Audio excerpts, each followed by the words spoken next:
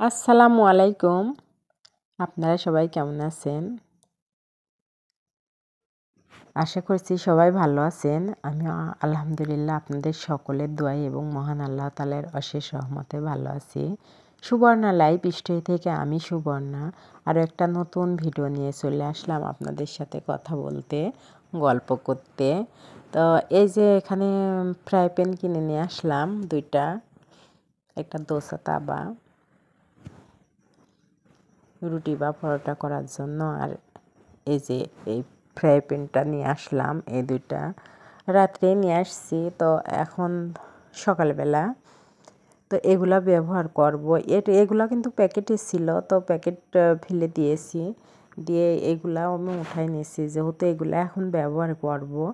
আগের যেগুলা ছিল সেগুলা না নষ্ট হয়ে গেছে, এজন্য আমি ভাঙড়িওয়ালার কাছে এগুলা বিক্রি করে দিয়েছি। দেখেন এগুলা কিনতে গেলে এত দাম, অথচ বিক্রি করছি ২টা বিক্রি করছি ৪০ টাকা করে, ৮০ টাকা।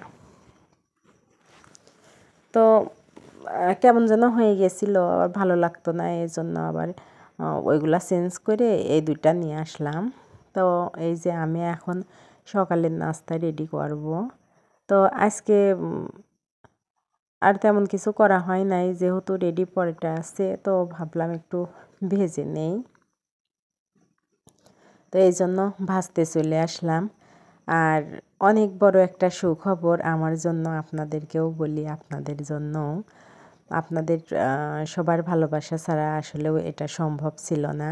আমার ইউটিউব চ্যানেলে 1K হয়ে গেছে, তো আলহামদুলিল্লাহ।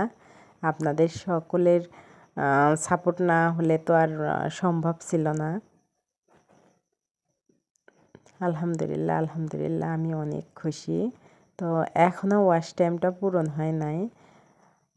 ইনশাল্লাহ আপনাদের সকলের ভালোবাসা থাকলে অবশ্যই হবে। তো আপনারা পাশে থাকবেন, পাশে থেকে আমাকে সহযোগিতা করবেন আমার চ্যানেলটাতে মনিটাইজেশন করার জন্য। তো ওয়াচ টাইমটা যাতে পূরণ হয় সেজন্য।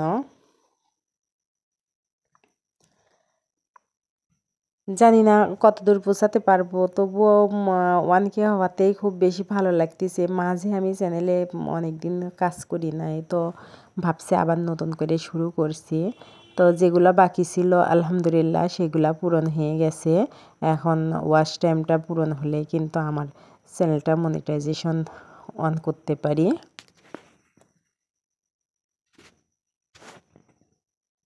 তো আপনারা যারা যারা আমার চ্যানেলটা সাবস্ক্রাইব করেছেন তাদেরকে অসংখ্য অসংখ্য ধন্যবাদ। আর যারা এখনও করেন নাই, আশা করছি অবশ্যই করে নেবেন, আমার পাশে থাকবেন, সাপোর্ট করবেন আমাকে আরও সামনের দিকে এগিয়ে যাওয়ার জন্য। তো আমি এই যে এখানে পরোটা, এগুলা রেডি পরোটা, কিন্তু তেল দিয়ে একটু ভাজলে ভালো হয়।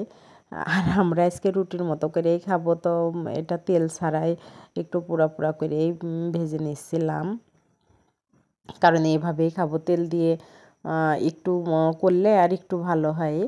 তো আমরা রুটির মতো করব দেখে এভাবেই মানে তেল ছাড়াই ভেজে নিচ্ছি, আর যেহেতু এতে তেল দেওয়াই থাকে এই জন্য আর বেশি তেল না দিয়ে এটা দিয়েই করে নিলাম। একটু পোড়া পোড়া করে নিলে বেশ ভালোই লাগে খেতে।